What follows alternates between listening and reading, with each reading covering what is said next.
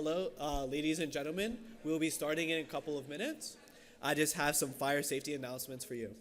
Upon an activation of a fire alarm, immediate evacuation to the closest exit is required.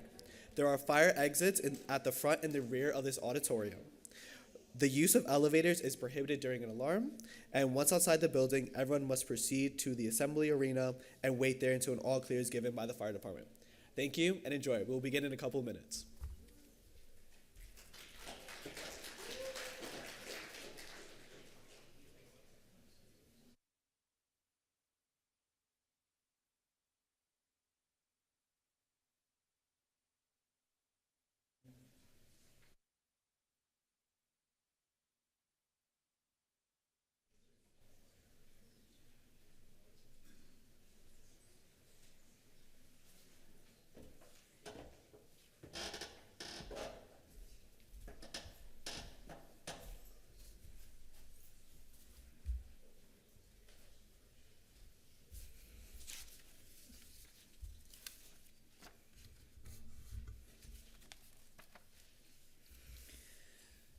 Good afternoon, everyone.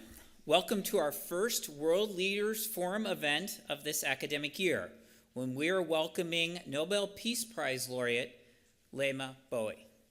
I am Courtney Smith, Dean of the School of Diplomacy, and I am pleased that all of you are joining us, both in person and online. Warm greetings to our guest, Madam Gbowee, our President, Dr. Passerini, members of our Board of Advisors, fellow deans, faculty, alumni, and in particular, our students. Seton Hall's mission is to empower students to make a difference in the world, and one way that the School of Diplomacy does this is by creating opportunities for our students, undergraduates and graduate students, can learn from distinguished practitioners such as our guest today. By my count, we've had 7 Nobel Peace Prize laureates speak on our campus. This reflects our long-standing connections to the global peacemaking community and our commitment preparing our students, our graduates, to build peace and foster social justice. Leading us in our mission of servant leadership is Dr. Katia Passerini, Interim President of Seton Hall. She is a nationally recognized knowledge management scholar with extensive higher education experience. And she answered the call to serve the university in her new role unexpectedly just over 3 months ago. We are very fortunate and grateful to have her as our leader and to have her here with us this afternoon to offer a welcome. Dr. Passerini?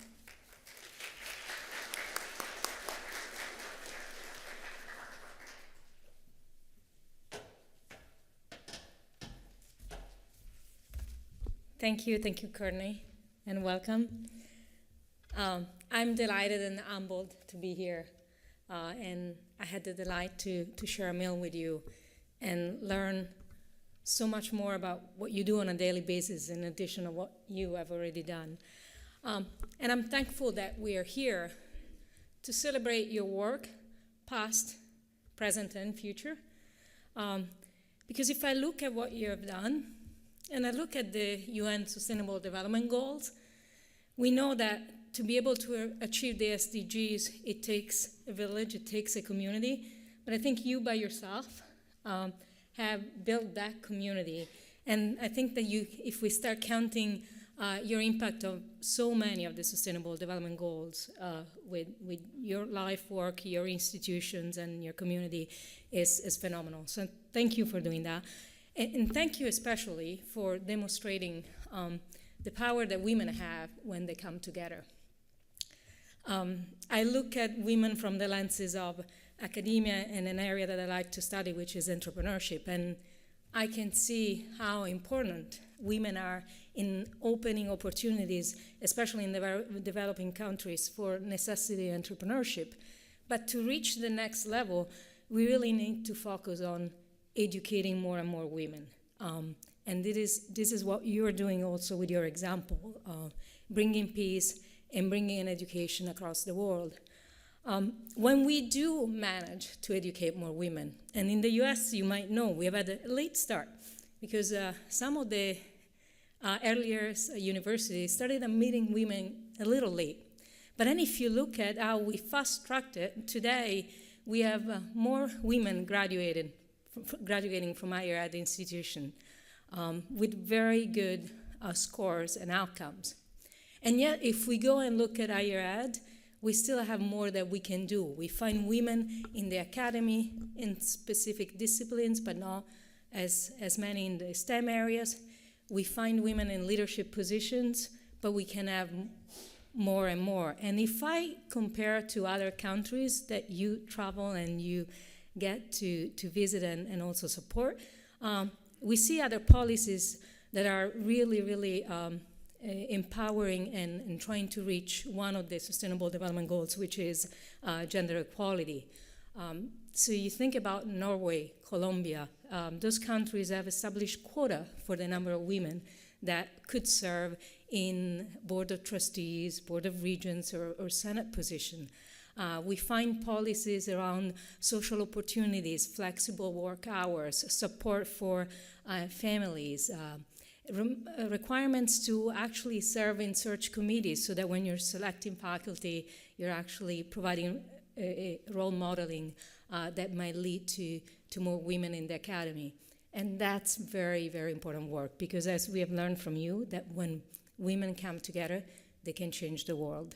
So I thank you for the opportunity to host you here, for your service to the School of Diplomacy, and we are here to support you and continue bringing forward your name and legacy. Thank you.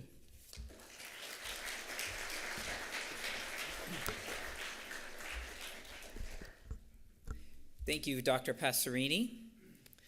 So many of you in the audience may be familiar with a well-known quote by the famous anthropologist Margaret Mead. She said, "Never doubt that a small group of thoughtful, committed individuals can change the world. In fact, it's the only thing that ever has."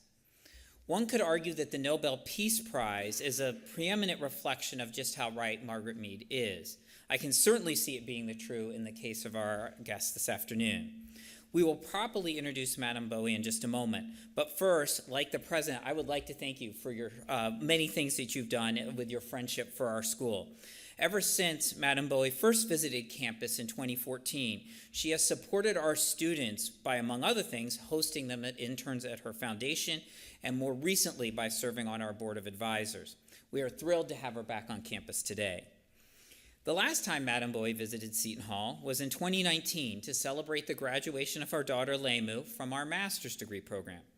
I must tell you that she is responsible for the most memorable graduation moment I have ever experienced, and it was right in this very room. As her daughter walked across the dais, she was hooded and came down off the other stage. Madam Gbowee honored her daughter with a traditional African congratulations called spraying money. If you're not familiar, you should be. Google it. You'll see what I mean. The photographer was taking a picture of that moment, of that honoring of her daughter, and caught me in the background. And I swear, I'm not kidding, it's the largest, most genuine smile I've ever had in an official Seton Hall photo. Yeah. And so, thank you, Madam Leymah.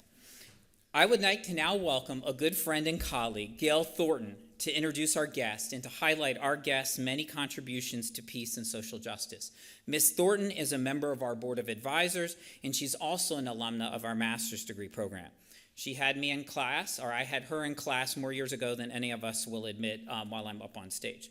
She is responsible, though, more than anyone else for developing our relationship with Madam Gbowee. So thank you, Gail, and please introduce our guest.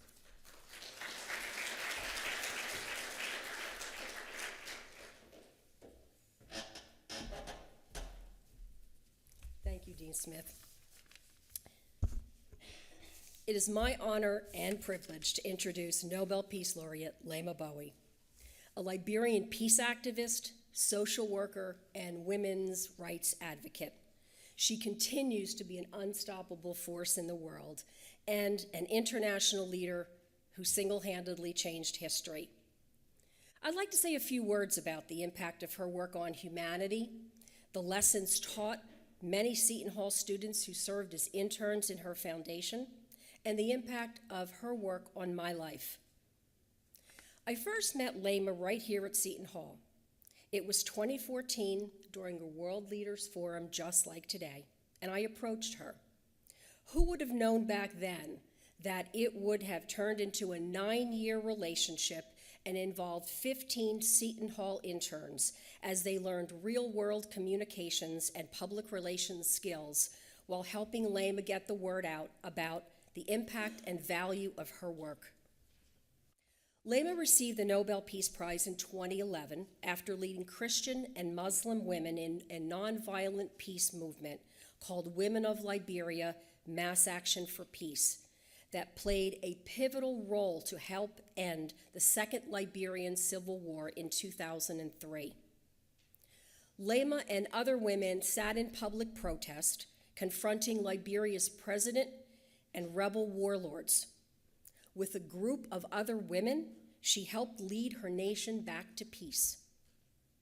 If you haven't read her memoir, Mighty Be Our Powers, which is her journey from hopelessness to empowerment, or seen the documentary, Pray the Devil Back to Hell, I encourage you to do so. Both are compelling acts of courage, resolve, and the power of women. After receiving the Nobel Peace Prize, she started the Bowie Peace Foundation Africa in Monrovia, Liberia, and soon after a foundation in New York City to provide educational and leadership opportunities for women, girls, and youth. Leymah wanted to ensure that younger generations in Liberia are peaceful and empowered and have access to quality education and are seen as valuable participants in society. That's why it's so important to provide leadership training and hands-on experience for young people to help them develop the skills, the knowledge, the traits necessary to empower lives. Her goal is to have young people be peace advocates, peer educators on health and human rights, and leaders in their communities and schools. Empowerment is a big word for Leymah because that is a necessary part of Liberia's pathway to economic development and peace. Through her work, she empowers communities and improves women's participation in public and private decision-making. And through the years, she shares lessons of leadership on her well-followed social media pages. I encourage you to follow her. She has grown her foundation exponentially. It has invested more than $5.2 million in increasing educational opportunities for women and youth in West Africa. That also means providing 700 scholarships and supporting 1,700 students through the foundation's networks of partnership schools, and training for more than 5,000 students in peace building, health, human rights, and leadership. She is an advisor for numerous organizations working for peace, human rights, and sustainable development, including the Nobel Women's Initiative and Peace Jam. She was selected by the UN Secretary General to serve as a member of the High-Level Advisory Board on Mediation, and she is a former Sustainable Development Goals advocate for the United Nations. She has been named as one of the top 100 most influential people in gender policy by Apolitical, and one of the world's 50 greatest leaders by Fortune magazine. And she still found time to serve on our School of Diplo Board of Advisors too. I can't even keep track of her hectic travel schedule. Over the past few months, she's joined other women laureates to lead a delegation to Rwanda to visit women's organizations involved in healing and peace building. She then traveled to South Sudan to lead a mission to participate in the International Conference on Women's Transformational Leadership. And she also visited Germany to have her voice heard at the Munich Security Conference, which invited global leaders to discuss pathways to peace. As I said earlier, my partnership with Leymah has been a rewarding one. I knew I wanted to be part of the solution to get the word out about the impact of her work and the foundation through communications and public relations. Leymah's advice to Seton Hall interns is to follow your dreams, never look back, and make a difference. That is why I respect and admire her so. And now, I am honored to present to you Nobel Peace Laureate, Madam Leymah Gbowee.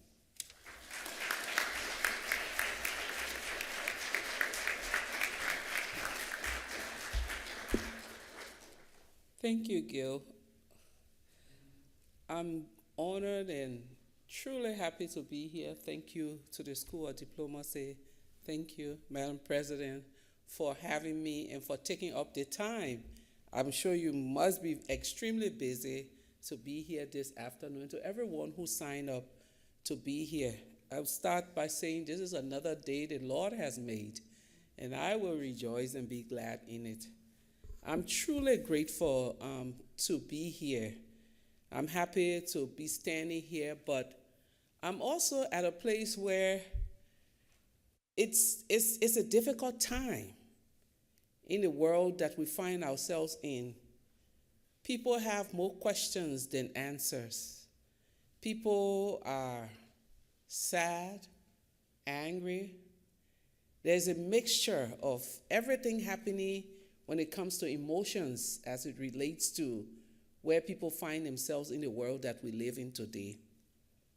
Many years ago, when we were protesting peace in Liberia, every morning I had learned that as a leader, you show up first and leave last. And this was the 101 teaching from the grassroots women that I work with. They say, you're the leader, you're the trash can, you take everything, but you don't throw anything out. And so I endeavored every morning to be first at the protest ground. We were supposed to be there at 6 a.m. I would show up at 6:45, and this old lady would be sitting there. The next day, at 5:45, the next day I would tell myself I'll be there by 5:30, and she would be sitting there. Every day she beat me to the time, and it was getting very tiresome for me. One day I asked her, why do you come this early? The cloth she wore that we call lapa was literally torn. She had no shoes. We all were supposed to wear a white t-shirt. The t-shirt she wore was far from white. Her hair, everything, and you could see that she would be shivering, but she would come early. Fortunately for me, I spoke the local language that she spoke, and I asked her. And she said to me, do you have sons? At that time, there were only 2. I said, yes, I have 2 sons. She said, I had 2 sons.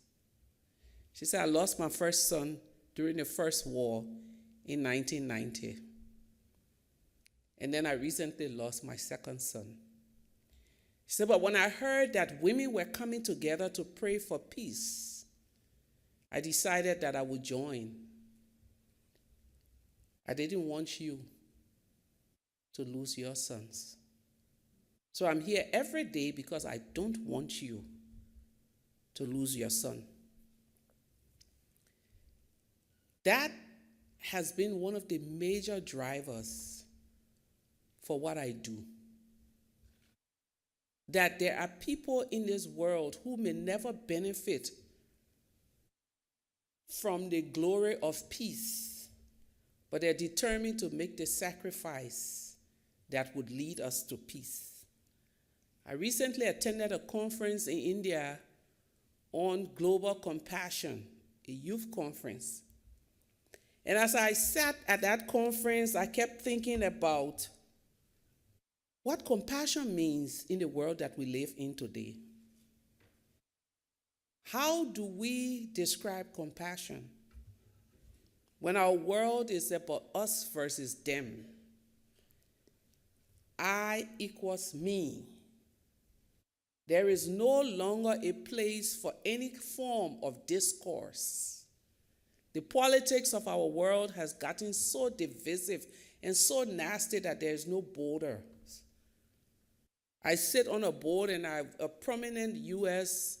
statesman sit on the same board, and one day he said to me, when we were in years ago, I'm a Republican, and I had many Democratic colleagues. There were boundaries during elections. There were certain areas that you would not go, and people's family was one of them. See, and then if you had worked on any bipartisanship, there was an unspoken rule that you couldn't vie for your friend's seats. He said, today when I look around and see the way politics is being conducted, not just in the US, but in the world that we find ourselves in, I'm sad. But if we move beyond the politics of our world, when we think about peace, the whole process, our entire world has been so militarized, it's not funny. From Congo, DRC to Yemen to everywhere there's war. And these wars have no limit. We will fight until the last person dies.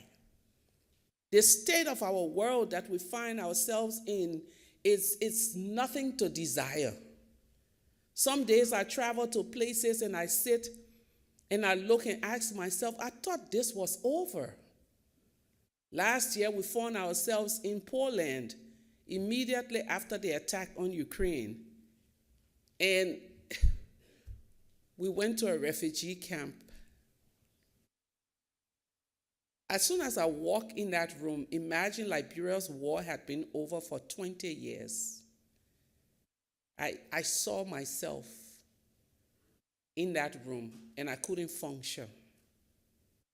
I sat down and the tears would not stop because I remember myself as a refugee and a curtain dividing us.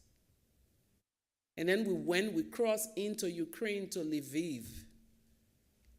And we met the amazing women conductors on the train who personify strength, but then the stories of horrors. But in the midst of those stories of horrors, there were the stories of hope. That's the world that we find ourselves in, the one that we've taken, the one that we live in, the world of pain and suffering. 20 plus years ago, those of us who live in Liberia found ourselves at the same place. Rape and abuse was the order of the day. Many people were hurt beyond. Till today, it's been 20 years of stability, and you still feel the pain in many Liberians' heart. With $10 in our purse, we wrote a statement and we put it in the newspaper. But when we wrote the statement, someone asked us, who's going to sign? And someone said, let's say women of Liberia. I said, that's disingenuous. 7 of us in this room cannot be called women of Liberia. So each of us signed our names on that statement, and we put it out there. The next day, every media group wanted to know who the crazy 7 were. And that statement gained traction and led to a protest action that is today enshrined in many museums across the world. But it's not just the protest action, because people see what the media has given the world. But what I see is the compassion with which we embrace the work that we were called to do. In order for us to make the peace that we needed to make, we needed to see the humanity of each other. One of the things that we have missing in the world, that we have in our world today, is how we've been able to invisibilize each other. I don't see you. I see your race. I don't see you. I see your religion. I don't see you. I see your political affiliation. And so when we started to do that work, it was important for us to see each other as humans, regardless of which ethnic group we came from. And today, when you look around the world and people come back to say, do you have a formula for what we should do, how we can transform the world? The first thing we need to do is to begin to see each other for who we truly are, humans. We've all lost our humanity. It is us versus them. 2013, I had the honor of getting an email from a group of women from Israel. But first, I'll go back in time. 2008, we went to Israel, took the documentary Pray the Devil Back to Hell, screened it in Israel, went to Palestine, screened it there, and the reaction was two different views. I won't go into that. But 2013, I got this email from a group of Israeli women saying to me, we need you. We need you to come and teach us how to do a collective peace-building work. My response to them was, unfortunately, I had a sick father, I can't come, but I can do a video message to your group. And I did the video message and sent to them. 2014, I did again. 2015, they asked me, can you show up? Long story short, I went to Israel with my mother in tow. Israeli Palestinian women have formed something called Women Wage Peace. And Women Wage Peace is something that tries to do what we did in Liberia, bring together women who have said there is a third way. Both governments, or the Israeli government has said there's no other way, militarism is the way. And these women continue to say the third way is dialogue. So we went to Israel, we walked, 10,000 of us walked, mixed Israeli, Palestinian women, everyone came from wherever, and we all had a wonderful time. And these women insist that there is a third way. But I don't bring this story into this room because of the conflict that is happening, but I bring the story because of the compassion that existed amongst those group of women. They were determined, or they are determined, that peace is the only way, but as part of finding the path to peace is understanding that we are one people regardless of how we see ourselves or which nationality we see ourselves with. Since the conflict, everyone has been asking people to take sides. Which side are you on?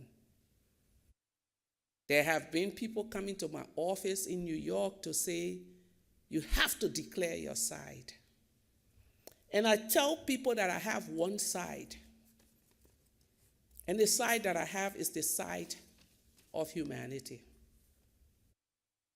When you've lived through war, when you've lost relatives, when you've seen mothers hold their stomach and cry because they've lost a child, then you understand that the whole concept of peace is not about whose side you're on, but rather is about the side of humanity and speaking truth to power.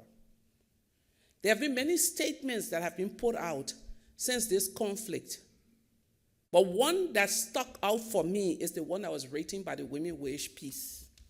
And you can Google it after here.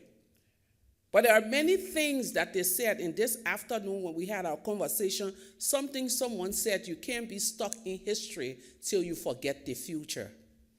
And the core of these women's statement was that for 9 years, and this is just a part of it, since the end of the Operation Protective Edge, we Jewish and Arab mothers have been telling the leadership in Israel, enough. We must turn every stone in order to reach a political solution. This is our obligation for the future of our children. This is our obligation for both Israeli and Palestinian children. They deserve a future of security and freedom, not a future of death, war, and destruction. But this is not just an Israeli-Palestinian story. This is a Central African Republic story. This is an Afghanistan story, Iraq story. Everywhere where war has threatened us, we need to take a step back and ask ourselves, how do we conduct ourselves in a way that we give a future to the next generation? I don't have a lot of answers for all of this, but one thing I know for sure is that we begin to see each other as humans. It's time for us to take off the masks that we use to invisibilize people and begin to see people for who they truly are. I'll give you all a story. I like to tell stories. Many years ago, when my 14-year-old was young, we came to New York. We're coming New York, but we took a flight to D.C., not New York, D.C. And I don't like DC Homeland Security people, not because they are not humans. I don't like the way they carry out their operations. We get there 5 a.m. in the morning, and this baby and her mother was asked to go in the room. Who all has been in that room? If you're Arab, if you're from some Eastern European country, if you're African, you know the room I'm talking about, right? No one would take your picture. Yeah, that room. And when you walk in the room, you know that those that are sent into that room are stereotyped based on their race, how they're dressed, how they look. So you see people with turbans, you see African mothers in gowns. We're all stuck in that room. And mothers are holding tightly to their babies so that they don't cry to annoy some Homeland Security person. And they're passing left and right and right and right. And my daughter was just learning to talk, and the first thing she had learned was, leave me alone. So, leave me alone. Leave me alone. Leave me alone. I got so sick and tired of hearing leave me alone, I put her down. And all of the mothers in the room turned around and looked at me, and I pretended as if I didn't see their eyes. She lied down on the floor, rolled from, it's 10 hours of flying. Children want to play. She went and wrapped herself in the American flag. The toughest Homeland Security guy, she ran to him and gave him a hug. 2 minutes later, I heard, Miss Gbowee? Yeah, welcome to America. You can go. And I turned and looked at my daughter. I said, well, thank you, kiddo. You did it for us. But when we left the room, I reflected on what had transpired. And in my mind, all that child was saying when she gave that guy a hug, I see your humanity. You've been away from your own children. You're probably tired. I've been away from my daddy, and I'm tired too. I see your humanity. Do you see mine? If we begin to see people's humanity, we won't be asking about sides. We would rather be looking for ways in which we can be helpful. The second thing that we can do if we have to fix our world and get to the place that we need to get to, we need to begin to speak to each other. I was so glad when I heard that there was a space created for students where people could talk with the professor, and we don't talk anymore. We scream at each other. If my view is not taken by you, you can go to hell.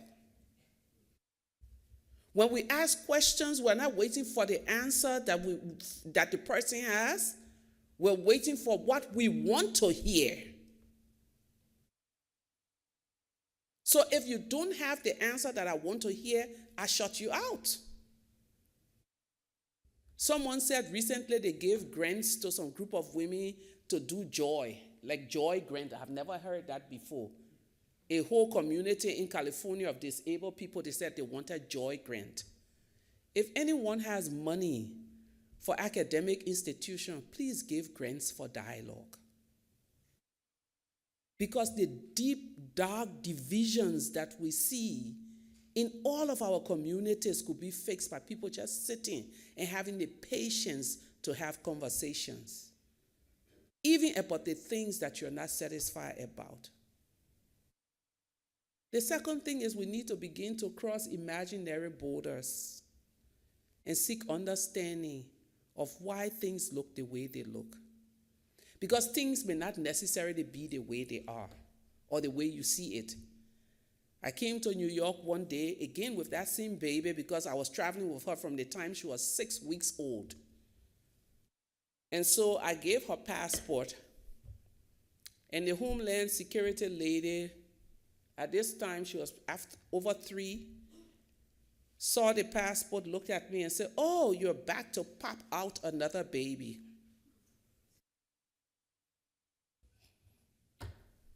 I stood there. I didn't say anything. I was waiting for her to spew the next stupidity. And then she said, "What do you do?" But in that moment, she slid my passport. And I was waiting for that.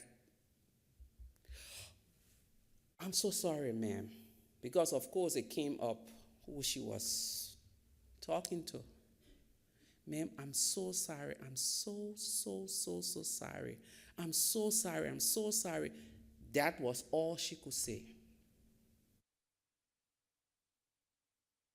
If we take a moment to cross borders, and for the young people in this room, I know this is a very difficult time. Many of you can't seem to understand which way to go. I was 17 when the war took place in Liberia. I was angry for many years. But I recognized that it's easier to take an AK-47 and shoot up people, and then you go down as a terror.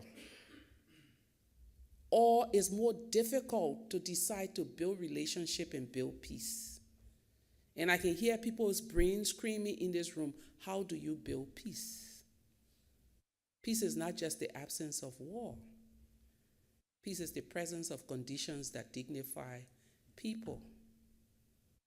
So how are you engaging with the Arab students? How are you engaging with the African students? Because, in the world that we live in today, there's a lot of double standards. People will protest Israel's treatment of Palestinians. But even though there are Palestinians on campus, you've never invited one of them to have lunch with you. Or people will protest the killings of Africans, but they would never invite one African to eat with them. Those are all things that we do to build peace, how we build communities that show respect for one another. This world that we live in can only exist if we become humans again and begin to show compassion and respect and begin to see people again. We don't need any kind of political statement. I apologize if anyone came here looking for a big UN speech. I've done it, I've said it, but if you go into the corridors of the UN, you recognize that we have the problems we're having in the world today because people have stopped seeing humans. And since we're into the space of diplomacy and public policy, please, please, please, don't go into that space without your compassion hat on. Because you will lose it. You can't go into a country as a peacekeeper and not interact with one person. One of my favorite stories of the U.S. peacekeepers was a young Liberian man who joined the U.S. Army and was in Iraq. And he said his growing up years, he was one of those children in 1990 who was in front of the U.S. Embassy hungry. And the Marines will be behind their bags and having their lunch. And he will be looking. And he told himself, if I ever become a soldier, I will feed children. So when he was on his tour duty in Iraq, he always carried chocolate in his pocket. That every child he met, he handed them a bar of chocolate. It's time for us to humanize the world that we live in. It's not about sides, people. If you're one of those protesting and saying, I've taken a side, no. These women condemn Hamas, but they went on to condemn the government of Israel for the heavy-handedness. And they went on to say that there has to be a dialogue, political solution to the carnage that is happening in their region. We cannot continue to operate in a world where we've lost our humanity. We need it. Young people need it in order to keep this world afloat. I'll end with this. When we went to do the disarmament and demobilization of ex-combatants in 2003, there was shooting. And the same boys that we took to be disarmed put us in a pickup truck and cover us to safety. The next day we went to the UN to tell them that they had done everything wrongly. And they came to us and said, okay, you go and fix it. So the women went into the camps to feed soldiers, do different things. I'm in the office making calls to all the generals to ensure that their soldiers have their guns. The women are there helping. And this Muslim woman goes into this room, and this young boy has all kinds of bullet-ridden body. And he recognized her. He asked her to sit him up. She sat him up. And he asked her, where's your daughter? She said she died. He said, I know. And she said, how do you know? He said, I killed her. So we asked her when she came back and was telling the story in tears, what did you do? Did you stop feeding him? She said, no. Isn't that what peace is? You cover your pain and continue to take care of the other. She said, I knew there would be a space for me to cry. And that's why I've come to you, our mother. That's how they used to call me. To cry. But I couldn't do it there because I had my assignment. What is peace to you? What is peace in a deeply divided world? Is it to stop being human? Is it to stop seeing the other? Is it to stop being kind? Is it to stop showing compassion? Like Ma Asata Kandakai, I've chosen to keep going on, no matter the pain, because there is no side when evil persists. Thank you.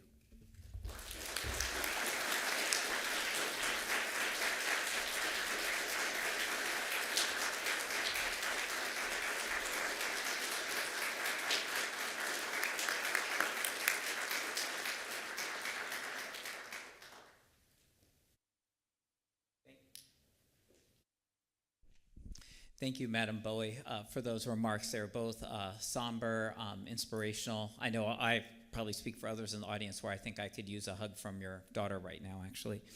Madam Bowie began her talk by saying that people have more questions than answers. She's graciously agreed to take some of our questions, and hopefully we can learn some more from her answers.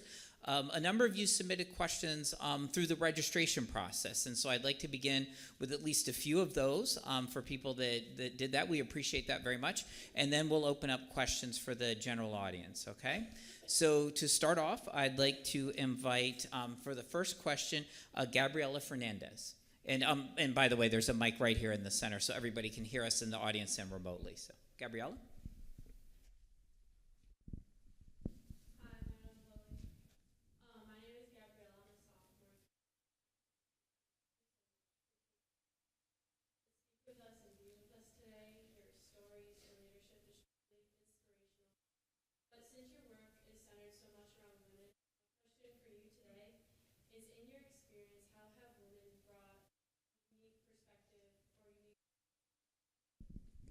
Thank you, Gabriela.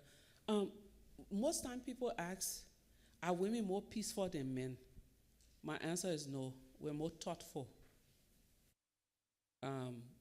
If you look at all of the different peace processes that had women involved, it wasn't that they came to those processes with a peaceful mindset, but they were more concerned about schools reopening, hospitals reopening, the distribution of food, and all of the things that I spoke about when I said peace is not just the absence of war, but the presence of conditions that dignify all. Women come to peace processes thinking about rebuilding nations, thinking about transformation. So those are the special things that they bring. And you know, as a student of diplomacy, I'm sure you know that they have the statistics of women-led peace processes have always lasted more than processes that had no women. This year in Liberia, we celebrated 20 years of stability. 2017, we celebrated for the first time 75 years where we had a peaceful transfer from one democracy of a political party to another democracy. So I think when you think about the work that we did in Liberia and the work that we continue to do, I'm not just saying because I was a part of it, but it wasn't about jobs, it wasn't about resources, it was about getting our society to where we wanted it to be. And that is why we're at where we are today. Yeah.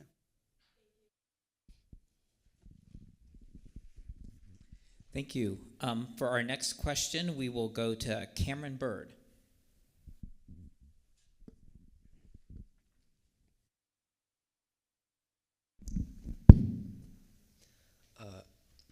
Hello, Madam Gbowee. Thank you for being here today. I'm Cameron. You mentioned kind of the difficulty of dialogue and discourse and how that has kind of heightened, especially when you look at current world events. I guess I'm curious as to, in your experience, given your experience, what were the most difficult aspects of connecting people with various religious backgrounds? And what are, like, for people who are then tackling that problem now, what are key steps moving forward? Thank you. When we started the work, and those are things that we don't have yet in writing, we started knowing that we had to be on one page in order for us to progress. So it was literally almost a year of preparation before we were outdoored. The first thing we did was, me being the lead facilitator, bringing the Christian women into the room to say, what does the Bible say about women and peace or women's leadership? We needed to situate them in a place where they see themselves as leaders, or they saw themselves as leaders, because most of the churches preach that women should learn in silence. So we went to Deborah in the Bible, who was one of our key characters. And if you go to the scripture that describes Deborah, it says, Deborah, a judge, a prophetess, and the wife of. So we do you see the way her title is given? A judge. That is her profession. A prophetess, her calling, before the wife of. Because most times women today are so engrossed in wife of first before any other thing. So we started that training, went to show them that Deborah was a woman in the Bible who did this, went to Rahab the prostitute, all of the different people, women who did great work. The next day we brought the Muslim women to talk about Khadijah, the wife of the prophet, peace be unto him. And so afterwards, we asked them to do negative, positive stereotypes, things that they thought Muslim wives had and that Christian. And on the third day, we brought them together. Women who drove in the same car and kept company, once we walked in that room where they said Muslim and Christian women, the room divided into two separate groups. Immediately, no one had to say. All of the Muslim women fell on one side. All of the Christian women fell on one side. Then we asked them to do the gallery walk to read all of the different things that Christian women had written about them and Muslim women. And you could just hear them say, oh my God, this is so sweet, but this is not true. You know, oh, this is not right. And then afterwards, we had a full conversation. I was fortunate to have my grandmother around at the time, and her best friend was Muslim, and she was Christian. 60 years of friendship. They sat in that room to tell them all of the trials that they had gone through. That was the beginning of opening their eyes. But the key question that broke the room down was, can the bullet choose a Christian from a Muslim? And the answer was no. The second question was, when a Muslim woman loses her child, is the pain that she feels different from when a Christian woman loses her child? And the answer was no. So we had to break it down from political and bring it all the way to personal. Because one of the things that I often say to people, the personal is political. There's no way anyone can separate politics from the gallon of milk in the supermarket.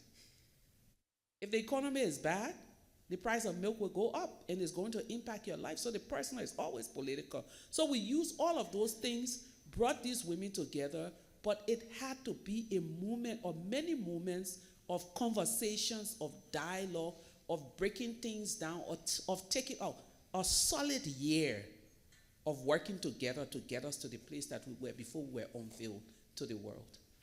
Thank you. Welcome. Thank you. Next, I would like to invite Pranali Jain.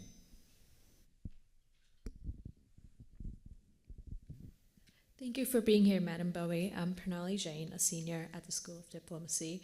You briefly mentioned the Women's Initiative that you work with in your talk, and I was wondering if you could comment on the current work of the Nobel Women's Initiative around the world.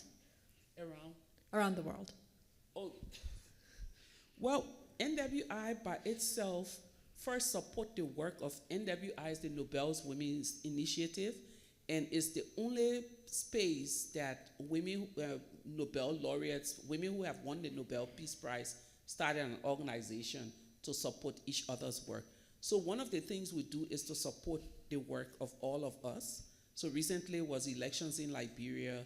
I needed support around security and everything, and they were there for me. Rigoberta Manchum Tum, right now, if you're following, Guatemala is in crisis, so we're working along with her. So different things at different times we try to do, but as a group of women, we have a serious focus on mentorship for the next generation of women peace builders. So we have a program that we call Sister to Sister Mentorship Program. Every year we do a delegation to a place that has or is going through crisis. So last year we went to Ukraine and Poland. Next year, January, in our plan was to go to Palestine. And now this happened. So we're working with Women Wage Peace and other organizations to see how we can work around different things. We recently, Maria Risa, who won the prize, just joined us. And so we've been writing statements in support of her court case that she had, and now everything is cleared. And so we are trying to support her work around artificial intelligence and peace building in a polarized world. So those are the things that we do. NWI we do a lot of signing of statements and causing trouble when we go to different places. But yeah. Thank you so much. Thank you. Thank you. Next, I'd like to invite Madeline Kruczynski.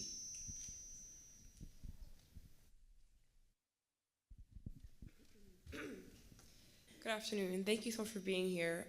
Your powerful words really reflected such a extremely impressive work in peacemaking. My question is, at what point in your career did you feel the most proud of the work that you've been working on? Thank you. I wish I had won the Nobel Peace Prize at 65. And because when you win at 39, you still have a lot more to do. And one of the things that you have to recognize, and I'm sure people in this room who have done great exploit will tell you, that there's always that little voice in the back of your head that tells you you haven't done anything. So you have to keep going, you have to keep going. But really and truly, when I look at my work at the foundation today, and this is really grassroots work, when I look at the work that I'm doing with young people, I'm very proud of it. And most times I tell myself I have to keep young because I have to keep dancing with these young children. But quickly I will tell you, there was this little girl we rescued some years ago. She was in the middle of a mob, stripped naked, was being beaten by her mother in a group in the community that she had stolen. And I took her. And so recently I'm sitting down, we're just talking from one thing to the other, and they said, oh, she had to go back on campus. I said, for what? Is she in trouble? And they said, no, she's a senior in high school. I almost fell off my chair. My heart was singing. That here was a child who was being beaten and about to be taken to prison, had no hope of a future, is now a senior in high school. Those little things, there are many big things that I've done, like, but the little things, because it's those little things that keep people hopeful in humanity. And those are my proudest moments. So I still have a lot more to do. Crazy stuff, but yeah. Thank you so much.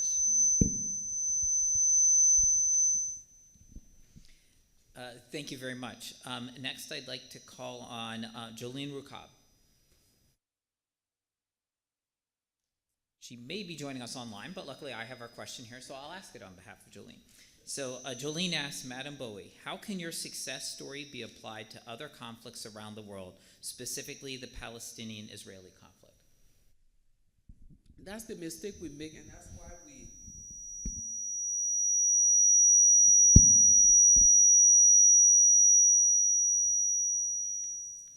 I think they're reacting on each other. That's the mistake we make, and that's why we always fail when it comes to peace, and we criticize the UN and say all of their peacemaking effort is one size fits all. There is a formula always that you go to peace talk, you have ceasefire, rehabilitation, demobilization, Truth and Reconciliation Commission, elections, bam, bam, bam, bam, bam, peace has been delivered to this community, and there's a problem. I think every conflict context is totally different, and no one should try to replicate, take anything to put it here. Having said that, I believe that one of the things that can be replicated in the work that we did is the insistence of women not to be invisible in peace processes. In every community, including the Israeli-Palestinian one, because we were never invited. No one invited us to any peace table. We infiltrated the space. We went and just sat down. They came out of their meetings in their suits and ties and met us sitting on the floor. When the mediators saw that we were not going away, they recognized that we were players in the conflict, and they started meeting us at night. So for any group, and that's the problem most times I have with women groups, they tend to think that if we said, they will call us. This is the 21st century. It's 2023. We're no longer in the 90s, and women should be involved. No, women must take over spaces and insist that we're going nowhere. We will be here, and we want to make our voices heard. The other problem that we have with the whole thing of women is that a lot of the activism has become monetized. People tie it to donors, grants, and all of these things. When we were going to Ghana, we had $5,000. We bought tickets for the number of women we had to carry. When we got there, we went to the refugee camp and mobilized those we could mobilize. We got some Ghanaian women to join us. The days that we could be 50, we were 50. The days that we were 5, we were 5. The days that we were 10. Because just as war is costly, peace is even more costlier. And for any group of people who want to be involved in a process, you must be determined to say, I will give up my life and put this into it. But most organizations, most women groups are not prepared to do it. They want everything to come, write a letter, wear suits, go to this place, and then the UN would take us and put us in the room. It doesn't work that easily. People need to be consistent. They need to push for anything good to happen. Yeah. Thank you. Is Soraya Kuvali here? Oh, excellent.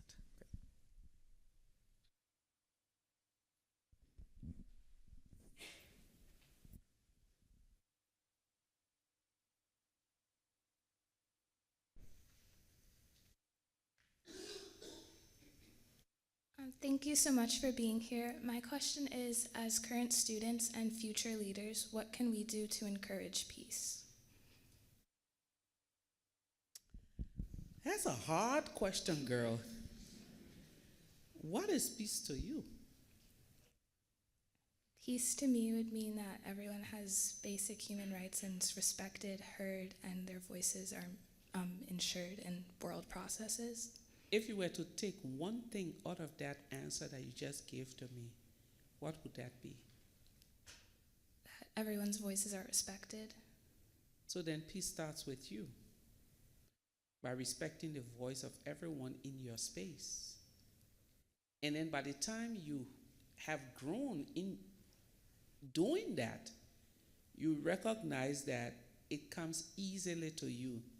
And more people will find their way towards you. Sometimes I ask myself whether I have an invisible sign on my head that says, please share your problems with me.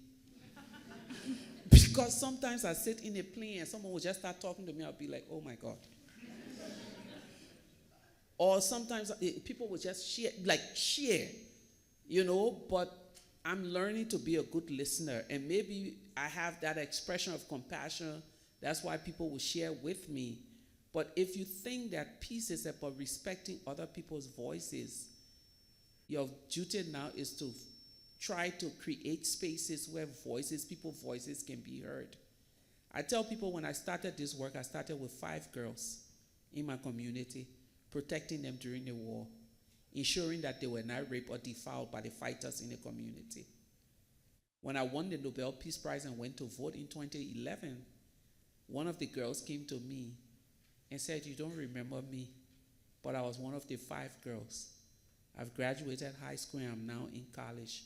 Those days, our conversation was about bodily integrity and the importance of going to school. So that was 1 out of 5. I don't know what happened to the other 4.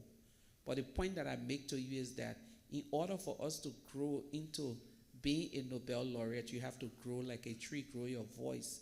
In order to grow, not just as a Nobel laureate, as a world leader, a thought leader, it starts from somewhere.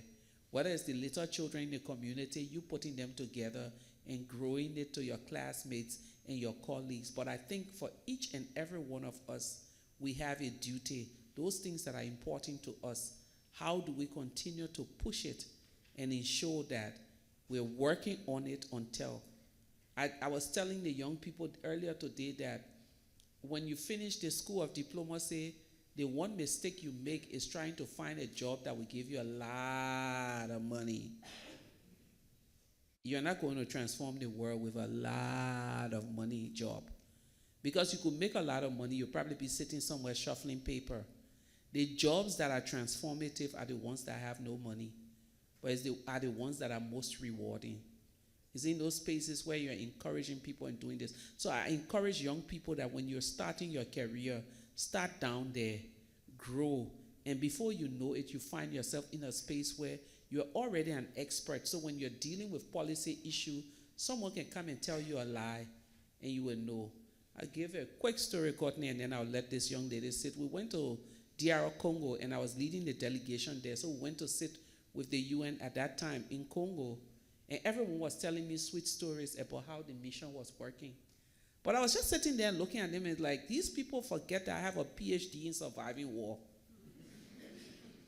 So they talk and talk and talk and talk and talk. And afterwards, they gave me the mic to respond. And I said to them, okay, we just walked down BS lane. Now can we come to the reality of the world that we find ourselves in? Because everything you all just told me was crap. And the head of the mission was looking at me. I said, the one thing that I know, after having survived war, when you come to international mission, the first thing you hear is a lie. The first thing you hear from those in charge, they're lying. They're trying to impress the delegation. So when I got through saying that, one woman raised her hand and said, thank you. Because our mission, the UN mission in Congo, is the protection of civilians. And they have, when civilians call, they are supposed to respond.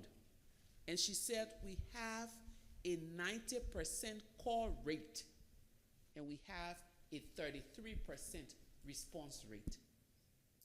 And so while this person was sitting and telling us, oh, this mission is alive, is doing well, and everything, someone else in the mission was saying, he just lied to you, as you rightly said.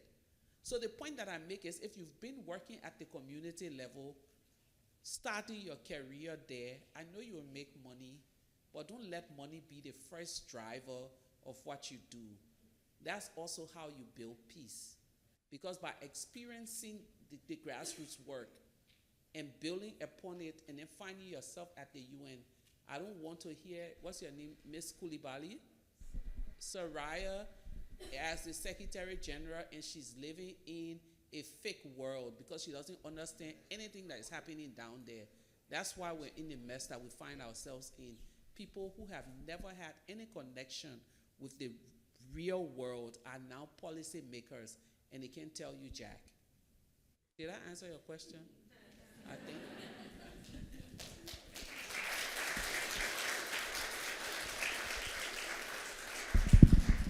I don't know. I think Secretary General Soraya has a really nice ring to it. That would be wonderful. So I'd like to spread the wealth a little bit and allow folks in the audience to ask questions. You'll see we have a microphone at the front of the aisle, so I'll just invite people to line up. So you can go ahead and line up, those of you with your hands up.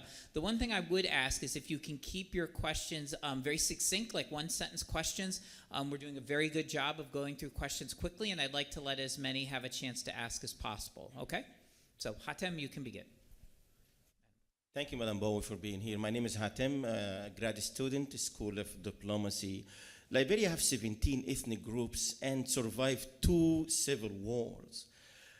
Stopping the war, as you said, does not necessarily achieve peace. How the process of reconciliation and the healing process went forward, and how the peace, civil, societal peace, was maintained through that long period of time, almost 20 years. So can we use the Liberian model to apply to other African civil war in either Central Africa, Congo DR, or even Mali? Thank you. Thank you, sir. Liberians, I think the exhaustion from war, we're not, I also say that I think our population has helped because we're not many. We're less than 5 million people. But also the commitment to peace is something that the ordinary citizens have. People want to see peace. So if we were waiting for government, we would have failed because this government has not been very helpful in any way to solidifying the peace. But community people have been very, very strong. Today is elections day in Liberia. And you would see that it is the community people who's advising others not to shake the peace or to unravel any kind of problems. So I think if you have a community of people who are in civil society, we have a very strong civil society. So they have done a lot of work in doing mobilization in communities, from women to youth to different groups of people at every stage of the last 20 years. We know that we don't have peace. What we have is stability. Peace will come when people begin to have their basic human security needs met. And that is something that we have to work for as we hope, or as we push for democracy or democratic governance. Yeah. Thank you so much for coming here today. My name is Nev Walker, and I'm a first-year Diplo student. I was just wondering, when working with war and death so personally, how are you able to control your emotions and protect your mental health? There's no protecting anything. I mean, it's either you're traumatized, secondary trauma, or tertiary trauma, but you take in a lot. Let me describe how I describe, if someone has tissue, quickly I would, paper towel or something. Yeah. So for those of us who find ourselves in the humanitarian field, we are sponges. This is you. This is me. Everywhere you go, you map up some mess. The mess of the world, the mess of whatever. Is it rape, abuse? You're taking it in, taking it in, taking it in, taking it in. And the one thing you need to understand is to know your limit. Recently, I got to the point of my limit. I had to step out of my country and say, I have to rest. Because you see, right now, this thing can take nothing again. So what it is a dripping sponge. So when you don't know your mental health limit, what you are is a dripping sponge. And those are the people that are more dangerous in the field of human rights. Because everywhere you step and try to do good, you create mess. because a dripping sponge cannot clear up anything. But you have to reach to that point where you say to yourself, oh my God, I am at my limit. I need to squeeze all of this dirt out and start again. So once you squeeze out everything, you're dry, you're able to move on, and then you can start your process all over again. But you will definitely take the trauma, your mental health, but the most important thing is, what is my limit? And once you know your limit, because if you are dripping, you can't help those you want to help, and you can't help yourself. Thank you. Yeah. Thank you, our mother. My name is Sister Emily Wura. I am from Liberia, so I'm so thrilled to be here at this forum. I just want you to know that I share your passion. I'm here pursuing the PhD program of the Higher Educational Leadership, Management, and Policy program at this institution. And when I go back, I want to continue on being the ambassador for this university. So my dream is promotion of women. And this stuck to me the first day I went to the institution where I taught, and my dean told me, sister, I'm so happy you are here. You are the very first female and the only female in this college. How I wish you could promote more women. And it raised my eyebrows. I'm like, this is something for research. So my research passion is trying to see why there are many underrepresentation of women, female faculty back home. Your group started to embrace women and you taught us how to move forward. But the pace is still very slow. It's something that I don't understand. So when I leave here, I intend maybe trying to collaborate with other people, build girls' schools around the country, build higher institutions for women, college for women around the country. But I am not part of your foundation, and I'm just getting started in my whole program. So I just want to ask you, how can I, upon completion of my program, collaborate or partner with you to build our country, Liberia, and let the women have a place to be? Thank you, sister. I'm always in Liberia, and we will definitely meet, connect, and do this work together. On the education front, Liberia as a country, people have never really put any kind of real value to education. Teaching is a hustle field. I don't know if you understand what hustle is. When you can't find a job, then people go into teaching. And then because of the way the pay is so poor and low, you find even at the university level. So most women will tell you that I'd rather go look into the nursing field or some other field, or the elementary kindergarten teachers who never really think about elevating their status. So this is something to look into. I would definitely encourage you to do your research around that, because that is something that Liberia truly needs. Yeah. Welcome. Thank you. Hello, Madam. My name is Khalifa Muhammad. I'm a second-year graduate student here at Seton Hall. My question, I'm doing an internship currently with the former presidents of the UN General Assembly. And one of the things that the current president is trying to work on is revitalization of the UN. And one of the things he talked about was restarting dialogues, more informal things, to where the people kind of get to connect with one another, and also use that as a means to transform the gender disparity and the different roles in the United Nations. So my question was, do you think that kind of starts from the top or from the bottom, in the sense of the conversations that need to happen and how to ultimately bring about the change? And is it, again, like I said, from the top where the leaders that are already elected and in these positions have to do something, then it trickles down, or it starts with us and the people that aren't in those positions to kind of promote the ideas to get them back on board? I don't think there's a right or wrong way on where it should start, but I do think that even if it starts at our level, we need political will from those at the top to really push it. Because what we've seen over time in our world is that those at the top would make these large declarations on this is the way the world should work, this is the way this should happen, and then at the end of the day, they are never really involved in pushing their own agenda. It becomes, what I say to most people is a political slogan. Like people will say, oh, I'm a he for she, I'm a male feminist, I'm this, I'm that. They are not determined to ensure or push to see all of these different things come to reality, it's all about making themselves look good politically. So we can start the dialogue at our level. But how committed are they at their level to have the dialogue? Because again, what we see in our work, especially at the level of the UN, there's a lot of double standards.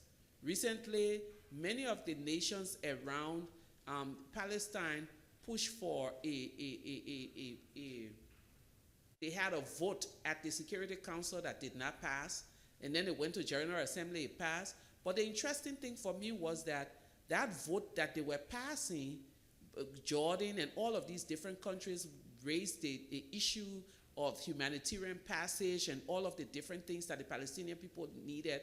These are the same people who are not willing to open their countries for the refugees or for people who are fleeing to go there. So again, it comes back to the double standard of the UN. And so they can talk about dialogue, but are they prepared to invest in dialogue? That's my question to you. And maybe you should ask the President of the General Assembly. I don't spend a lot of time at the UN anymore because I think it's a waste of time and energy. Don't tell Guterres I said that to you. Thank you.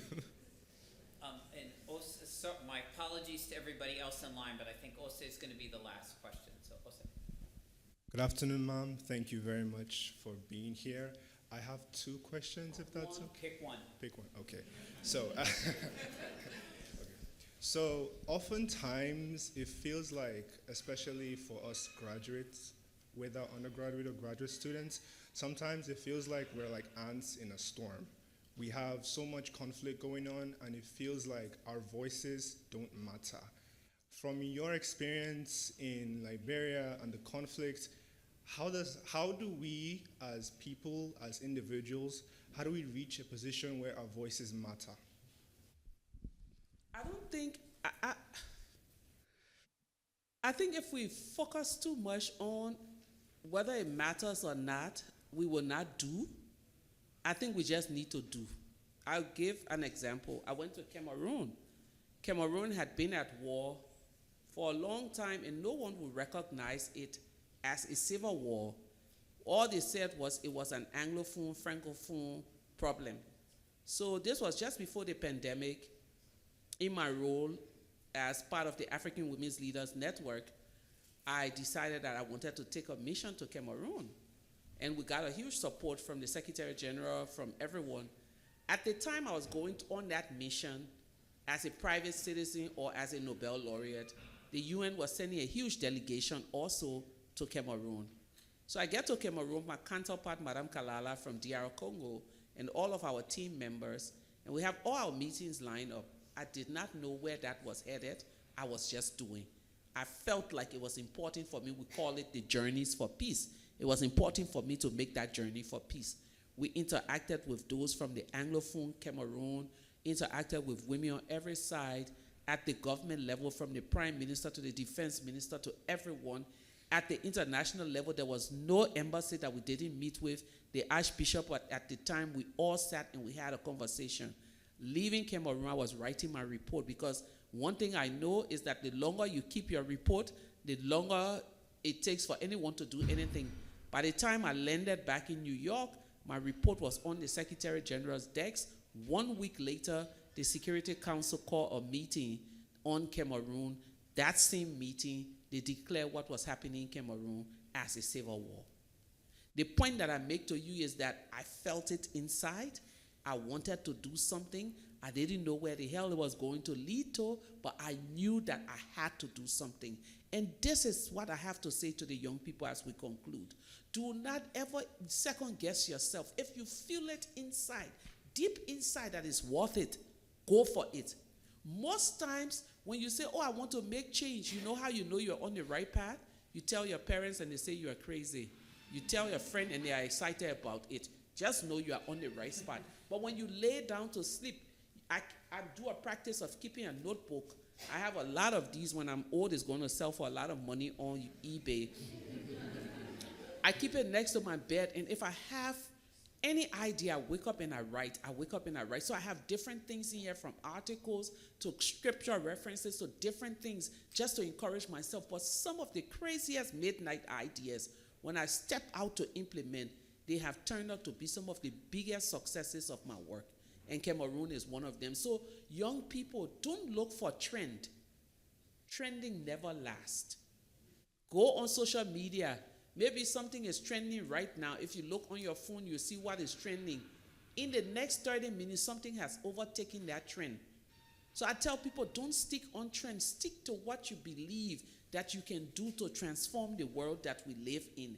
And once you stick to that, and regardless of how lowly it may seem, if you put your whole guts to it, your whole mind to it, your whole energy to it, you will be recognized for being that crazy person who believed when everyone else did not believe in you. That is my final PSA. Distinguished ladies and gentlemen, have a good day. Thank you.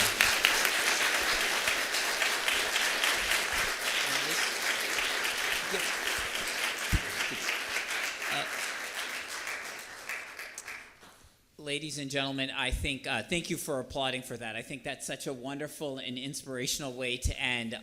I just need to thank all of you for attending, especially our guest for sharing her wisdom and insight. And I, as the professor in me wants to continue the conversation, I know there are a number of you who got stranded with questions.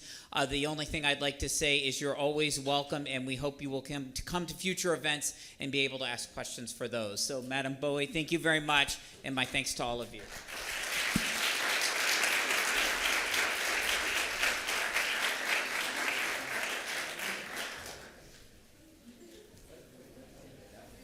Wonderful. Perfect.